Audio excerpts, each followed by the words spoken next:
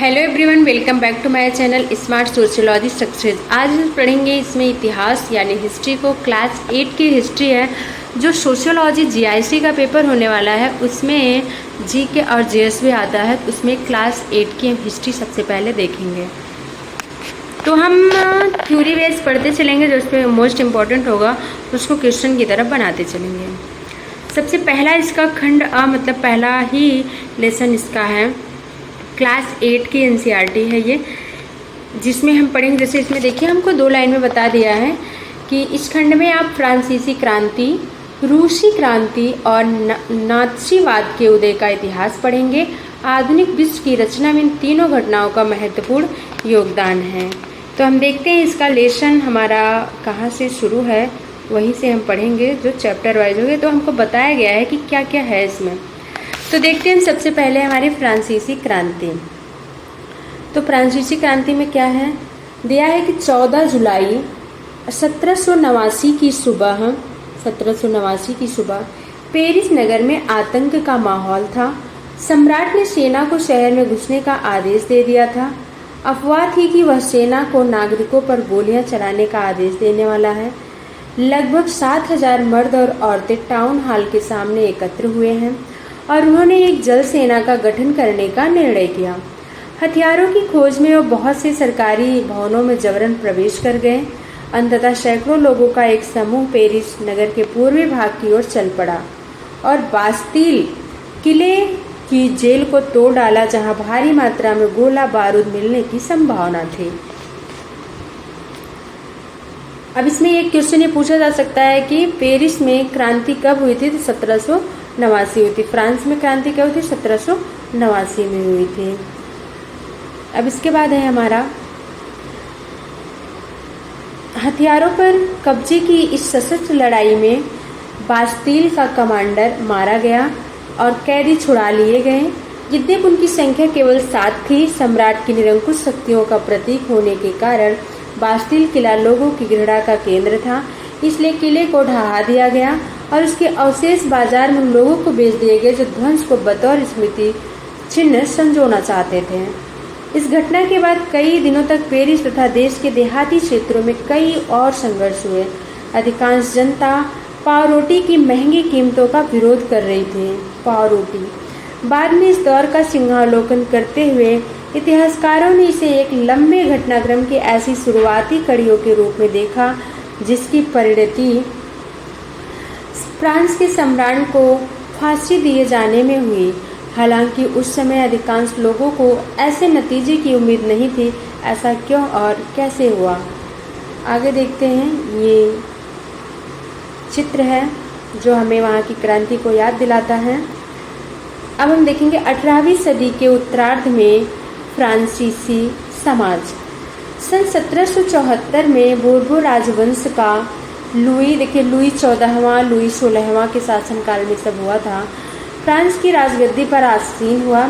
उस समय उसकी उम्र केवल 20 साल थी। उसका विवाह ऑस्ट्रिया की राजकुमारी मेरी एंटोइनेट से हुआ था। राज्यारोहण के समय उसने राजकोष खाली पाया। लंबे समय तक चले युद्धों के कारण फ्रांस के वित्तीय संसाधन नष्ट हो चुके थे। वर्साय के विशाल महल और राज दरबार की शान शौकत बनाए रखने की फिजूल खर्ची का बोझ अलग से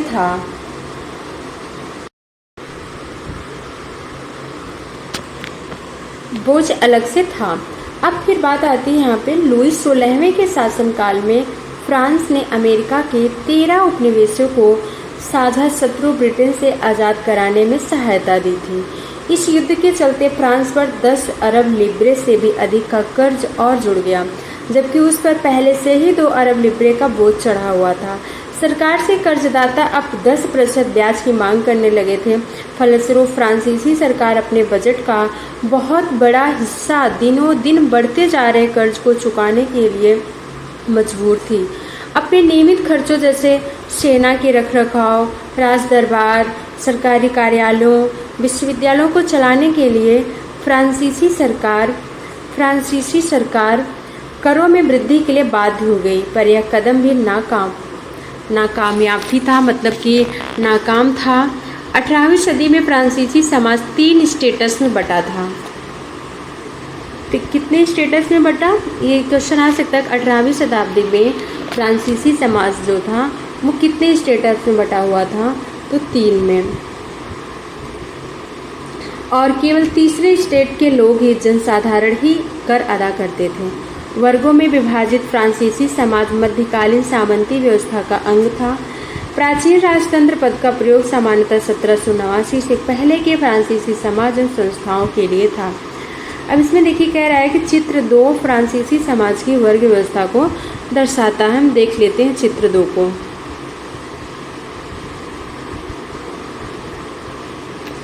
ये है हमारा चित्र 2। ये जो का 3 स्टेट है, इसमें हमारा जो है देखिए, ये है हमारा प्रथम वर्ग।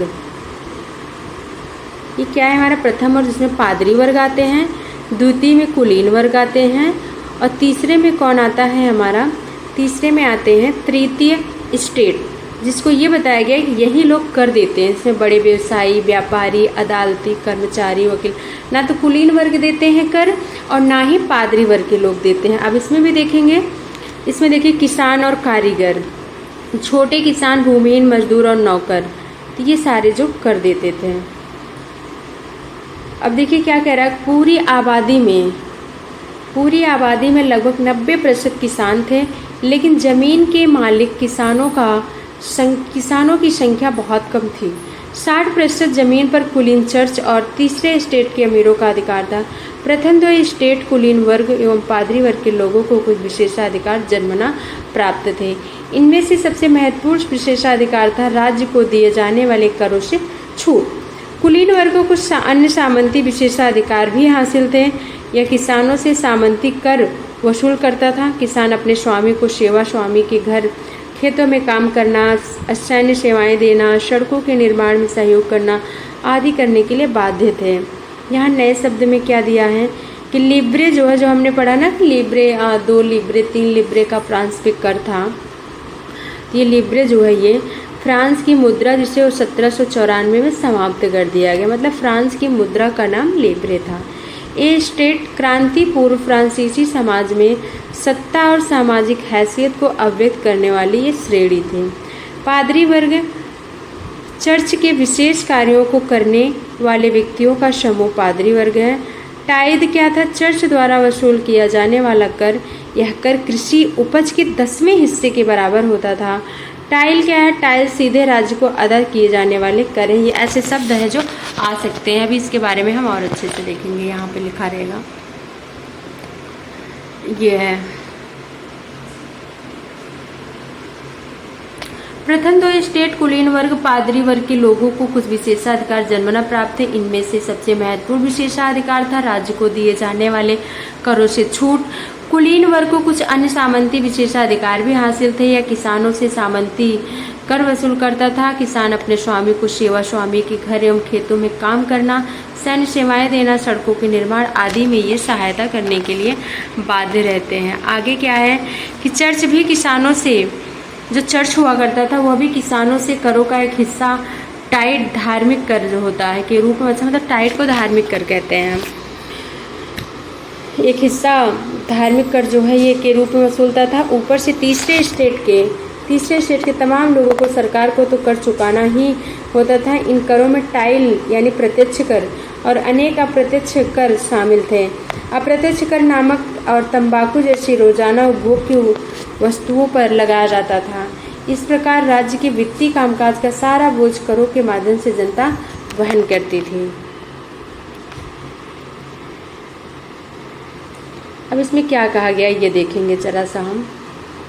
बेचारा गरीब अनाज, फल, पैसा, सलाद सब कुछ लाता है। मोटू जमींदार अब कुछ स्वीकार करने को तैयार बैठा है, पर वह उसको एक नज़र देखता तक नहीं। देखिए क्या लिखा है इसमें।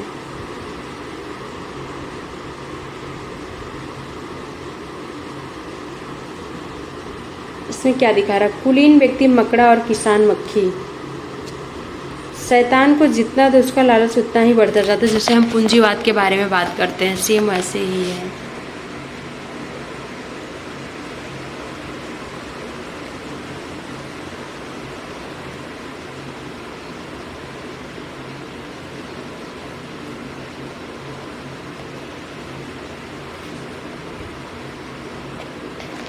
आगे देखते हैं, जीने का संघर्ष। वैसे यहाँ से क्वेश्चन बनने का कम ही चांस है अभी, लेकिन पहले हम बेसिक तो समझते चलेंगे तभी तो आगे समझ में आएगा। इसको फटाफट देखेंगे। फ्रांस की जनसंख्या सन 1715 में 2.3 करोड़ थी, जो सन 1789 में बढ़कर 2.8 करोड़ हो गई। परिणामतः अनाज उत्पादन की तुलना में उसकी मांग काफ़ी तेज़ी से बढ़ी। अधिकांश लोगों के मुख्य खाद्य पावरोटी की कीमत में तेज़ी से वृद्धि हुई। अधिकतर कामगार कारखानों में मजदूरी करते थे और उनकी मजदूरी मालिक तय करते थे, लेकिन मजदूरी महंगाई की दर से नहीं बढ़ पा रहा था।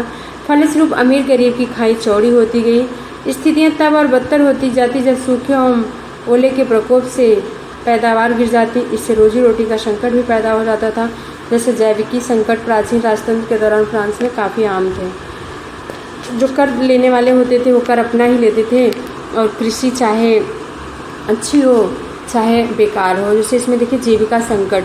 जीविका संकट को क्या कह रहा है कि जीविका संकट एक ऐसी स्थिति जब जीवित रहने के न्यूनतम साधन भी खतरे में पड़ने लगते हैं। बताओ, मतलब कि वो व्यक्ति अपनी मूलभूत आवश्यकताओं को भी नहीं पूरा कर पाता है। अब देखते हैं कि जीविका का संकट जो है वो उत्पन्न कैसे होता है। जैसे देखो क्या कह रहा है ये, खराब फसल।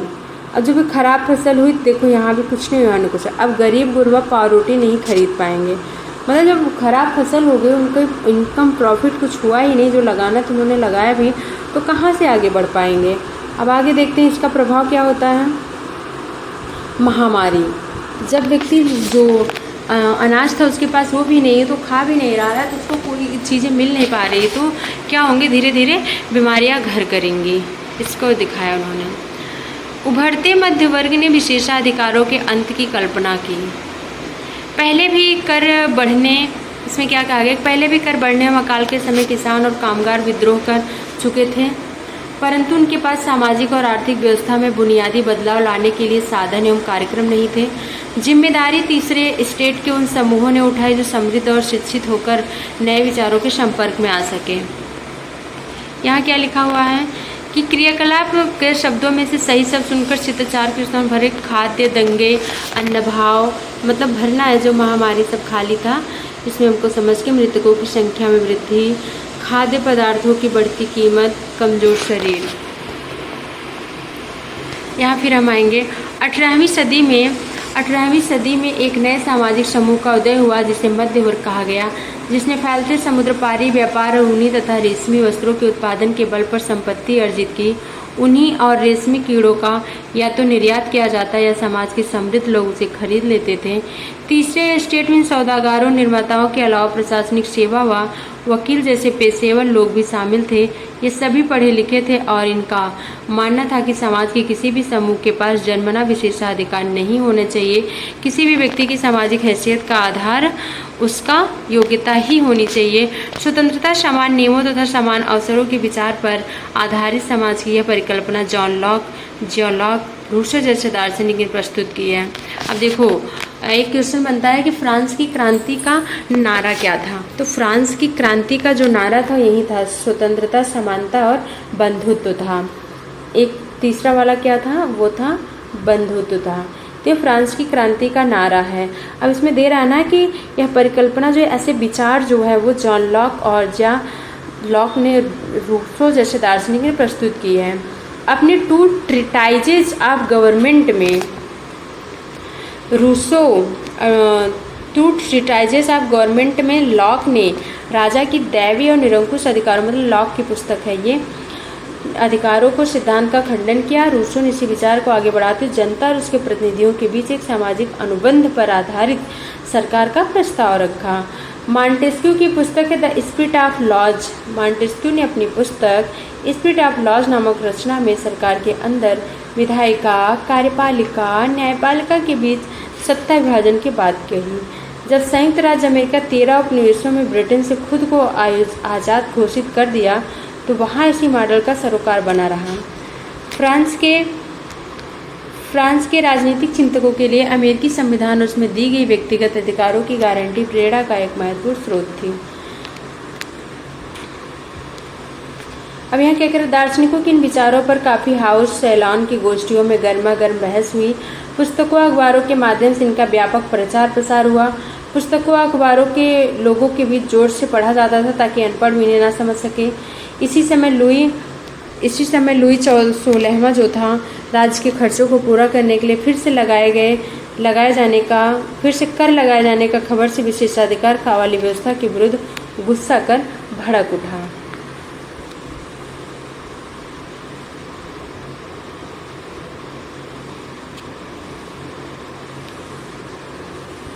तो ये रहा हमारा एनसीईआरटी का हिस्ट्री जो है उसका था चैप्टर 1 का भी लेसन 1 था, जिसमें और भी हैं तो हम उसको कल पढ़ेंगे। Thanks for watching video. अगर आपको ऐसा अच्छा लगता है कि हम ऐसे पढ़ते जाएंगे, इसके क्वेश्चन निकालते जाएंगे, हमारी बेसिक समझ भी मौजूद होगी और इससे आने वाले क्वेश्चन को हम सॉल्व कर लेंगे, तो ये सीरीज कंटिन्यू रहेगी। Thank you.